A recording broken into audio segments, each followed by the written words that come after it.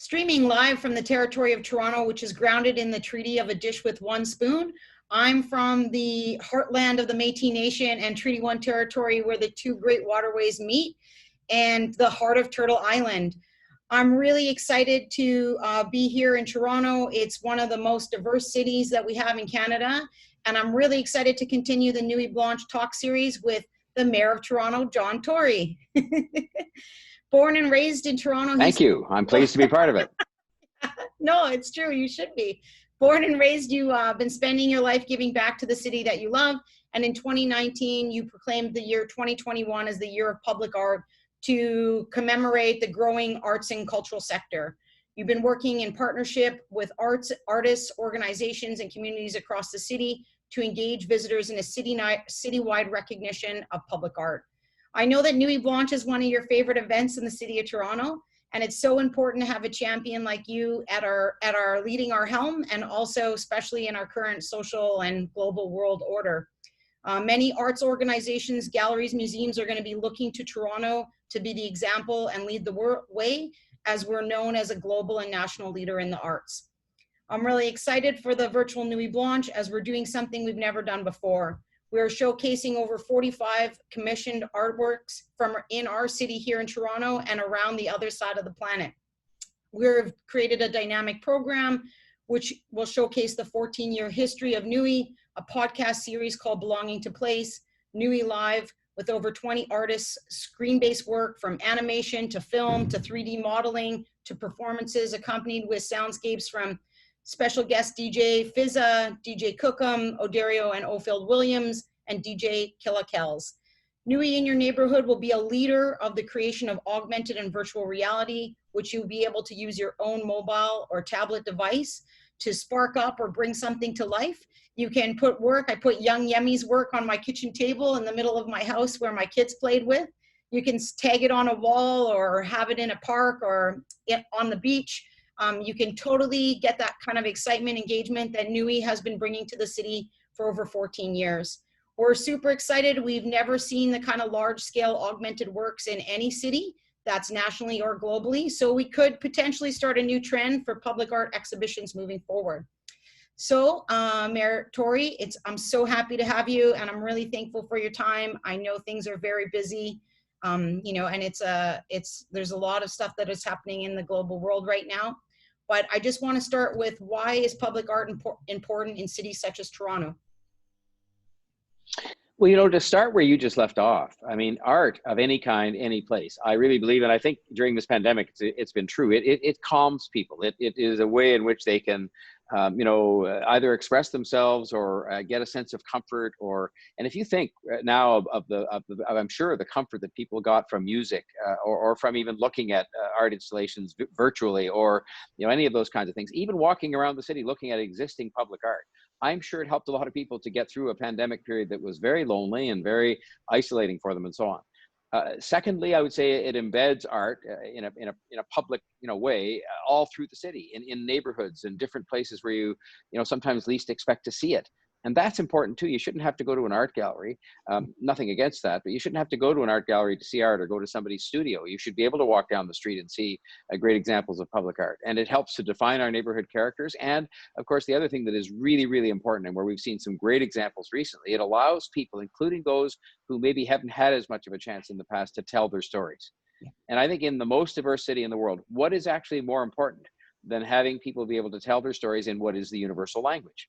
Visual art, sculpture, music, dance, these are universal languages. Anybody who can't even talk to each other can stand 4 people in a row and look at an installation or watch a dance performance or listen to some music and be connected to each other and be connected to the art form. So, I mean, public art is important. And I think as we go forward with some of the issues that are in front of us now with regard to systemic racism and some of the history that we, sometimes maybe prefer to overlook, shall I say, something like what we did with the Joshua Glover Memorial in Etobicoke, with a local artist, again, Quentin Versetti, was fantastic. And it's a great story, both the artist and the sculpture. The same is true of our new Toronto sign. I mean, people say, well, what does that have to do with public art? Well, people should come down to Nathan Phillips Square and not only see the new sign, which looks a lot like the old one, but it's got a great wrap around it that is in honor of the International Decade of in honor of people of African descent. And there's a lot of history and artistry in the wrap that's around each letter of the sign. It would take you an hour to look at it. And so these are great examples where they will tell a story too about some of the issues that have faced our Indigenous people, our Black fellow citizens. And I think that's why it's important too, for storytelling and for learning. So public art, for all those reasons, is really, really important. And I'm anxious to see this year in 2021 take it right across the city and have a lot of things that are left over, meaning at the end of the year, there's a legacy there that is going to keep telling those stories and keep celebrating art and artists and give them more of a chance to showcase their work.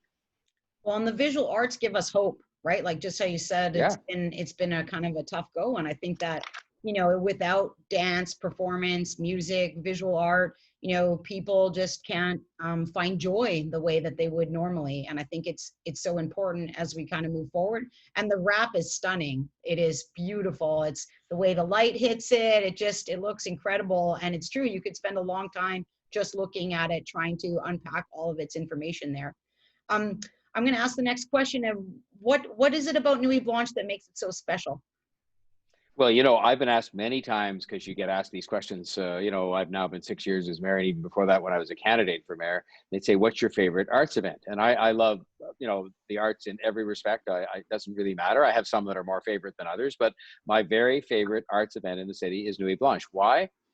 First, because it's such a grassroots event. I mean, if you think about it, the fact that it attracts and can attract and does attract hundreds of thousands of people every year, at sort of an odd time of the night. Like, people, it doesn't really start until it gets dark at 9 or 10 o'clock, and it goes on, and people are still out looking at art at 5 o'clock in the morning.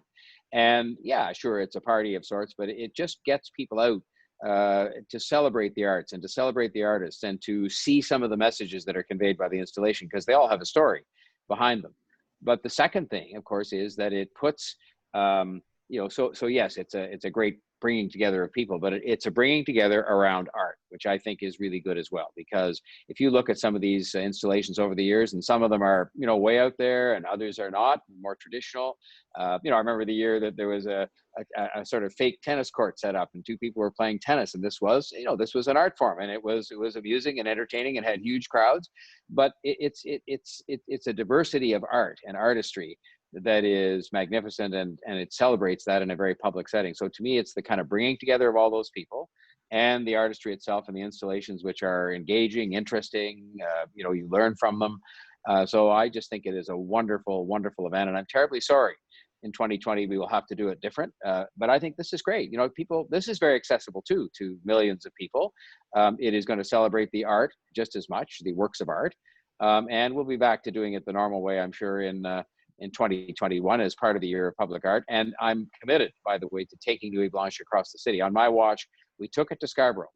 And, we didn't know, frankly, when we did that, would people show up, and that's no commentary on the people of Scarborough. I would have said the same if it was North York or Etobicoke. We just didn't know. It was kind of a downtown thing. I think the first year, 100,000 people came out in Scarborough just to see the work out there that I went to see myself. And I can see why, because the works were great, but it was really more about the passionate interest that exists among a very passionate community of artists and arts patrons and supporters in Scarborough. So we're going to take it right across the city, and I think that's going to be great. Me too. I can't wait. I'm like, fingers crossed. I was like, I signed up for, a different kind of event, but I think we're going to have a really awesome kind of hybrid form, and we can talk about that a little bit later. But the next question is, how do you see Nuit's impact on the city? Well, I think it's a big event, so I think anything we can do. We only have probably 4 or 5 real signature events that people around the world know about, and this is one of them. Nuit Blanche is, so that's important. But I think beyond that, it's the legacy that it leaves, and the legacy it leaves is in 2 respects. First, of course, it leaves a positive legacy, I hope, and I know, for artists. I've had the privilege since I've been mayor of meeting the artists who are each year chosen to display their work at Nuit Blanche, and it is transformational in many of those careers. Some are really well established when they get here, some not so much, and it's fantastic that the Nuit Blanche plays such a pivotal role in their advancement and their careers. But the other legacy is the legacy of the storytelling. Many of these works that I've seen over the years have stories, sometimes international stories, but oftentimes stories about our own country, stories about Indigenous people, and stories about different experiences, not all good, that people have had in being Canadian and being Torontonian. And I think that is so important, because the more diverse you get, the bigger you get, the harder it is to understand all those stories, and to understand they are part of our history now. All the things that we talk about. And frankly, I'll look at something like the residential schools and the experiences of our Indigenous people, or I even look at something like slavery. Not a lot of time. I was a history student in university. Not a lot of time was spent on either of those subjects. It just wasn't. And I think it's because in those days, people wanted to say, well, we better not talk about that. It's not very pleasant. Well, now through art, you can have a lot of those stories told as they must be, for people to understand our collective history in this, the most diverse city in the world, and a city founded and here as a city long before us by Indigenous people. So I think that's the other legacy that it leads, and it strengthens the entire city and commits it even more than we already are to art. Yeah, I know. I think people are super surprised when I talk about some of the economic figures and numbers that you guys have produced as the city, to talk about, its actual larger kind of cultural impact, which you've talked a little bit about, but it also has a really strong economic impact. And I think, when you talk to other folks that might not be as strong as supporters in the arts, and then when you actually use those economic figures of them coming into that conversation, they're really surprised. And I think that it's such a nice twofold for us, because not only are we getting that kind of communication and visual narrative out there, but at the same time, we're stimulating the economy in a way that isn't sometimes always recognized. The other thing I was going to agree with you on was the work of Robert Hould. He did a lot of work around residential schools, and it was one of the first works I saw. And when I give a lecture in my art history classes, I talk about the power of his paintings being able to bring people to tears, in a different way of me just talking head, telling you about that work or those experiences of those survivors. And so that kind of exchange that ends up happening with art gives us such incredible opportunity for social change in not the same way as you and I giving a public speech or trying to engage Or book learning. And, Yeah. and thank goodness we now have a society that wants to have a discourse on these things. And art, you go and stand in a Nuit Blanche installation, and you immediately are drawn into the discourse. I've been privileged to have it with the artists themselves in many cases, because I've been lucky to be the mayor. But, many other people stand and talk to each other about these things. And it is so important that we talk to each other, not just about the bad chapters that we need to understand and learn from, but about just, the role historically and today that, for example, Indigenous people play in our country. And I think these are all really, really important things. And it's very challenging to have that happen in a great big city, because everybody's got their own thing they're doing and everybody's preoccupied with something else. But these are important things for us to learn and to take to heart.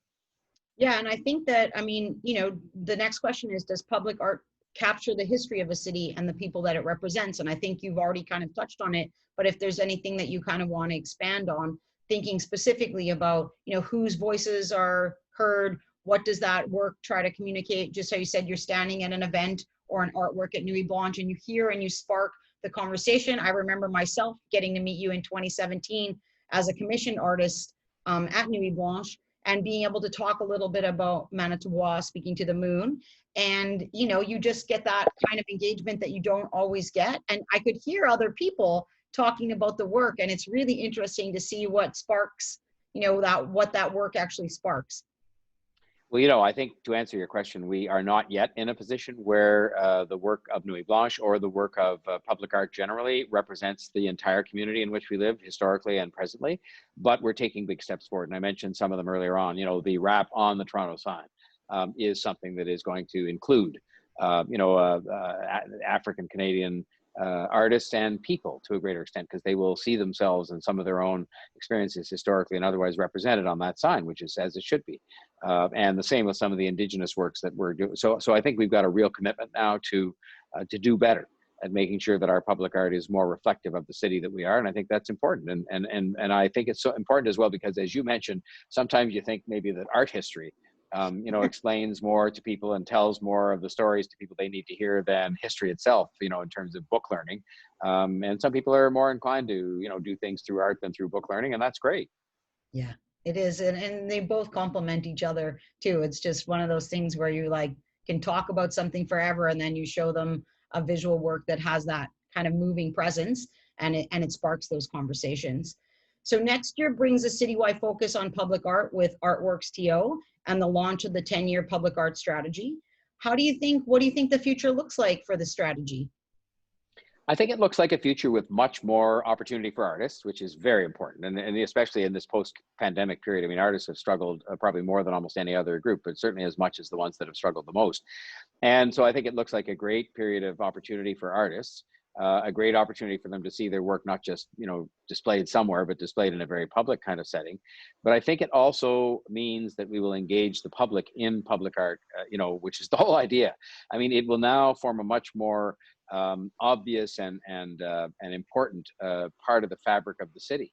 The objective here is to have works done next year, some temporary, some permanent, that will significantly expand the public art that is available for people to access, to make it more accessible by definition, but also to, it isn't just meant to be 1 year. It's meant to be 1 year where we kind of kick this off and celebrate it, but then to embed in the kind of the soul of the city, a commitment that's ongoing to public art as a source of joy, as a source of learning, as a source of celebration of the artist, as a source of opportunity, as a source of neighborhood building, and to make it something that's a permanent feature. So I really think that is going to be the kind of multiple legacy of public art, and people will look back at that year, 2021, as the year when it all kind of started, not totally started, but when it started to really represent a citywide, permanent, continuous commitment to public art that will make the city look better too. Quite frankly, the city's, it's a good-looking place much of the time, not all the time, but just think of how much it improves and how much it gets people talking on the street to each other. They talk to strangers. Look at that. Do you like that or not? No, I don't. Yes, I do.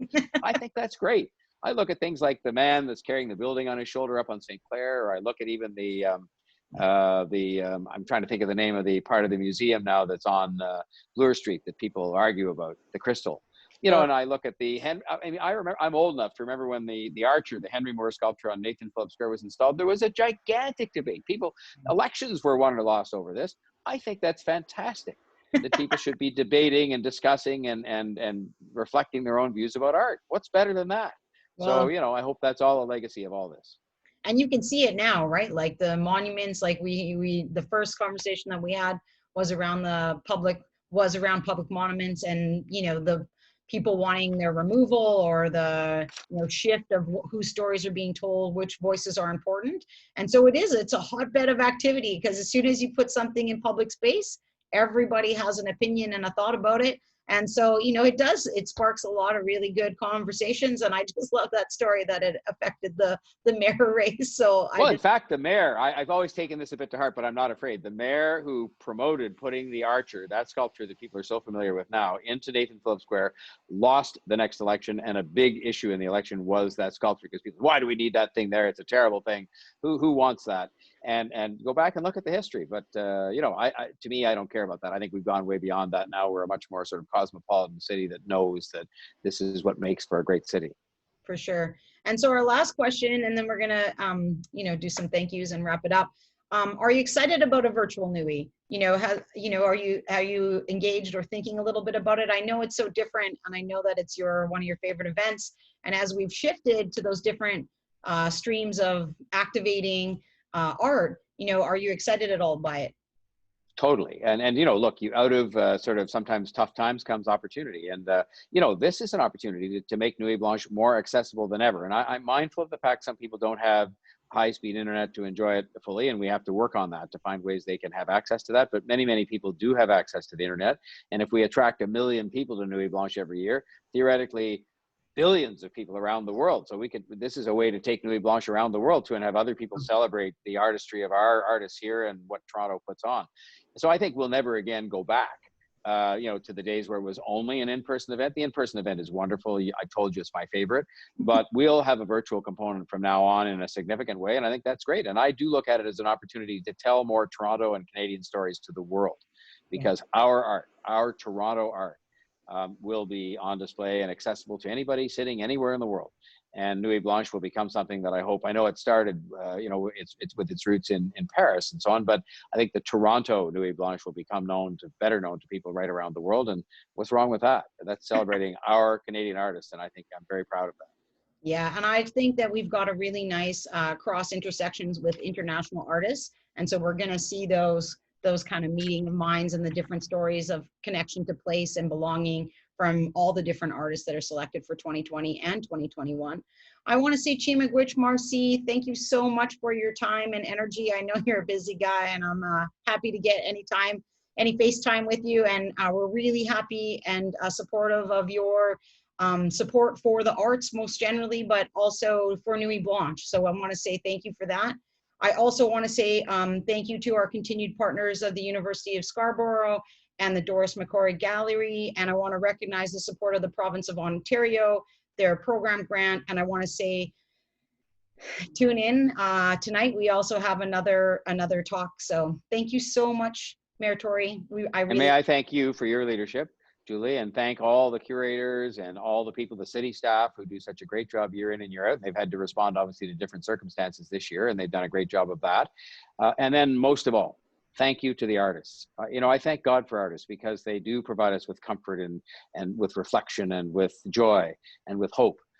And I think at this time, all of their creativity is so much needed. And, it's a place where the soul of the city comes out through people's artistic expression, and long may that continue. And Nuit Blanche is a big part of that, even and especially virtual Nuit Blanche in 2020. So, good luck to everybody, and thank you to everybody who's been so much a part of this. Thank you so much. Have a great afternoon, and we'll talk soon. Okay, bye.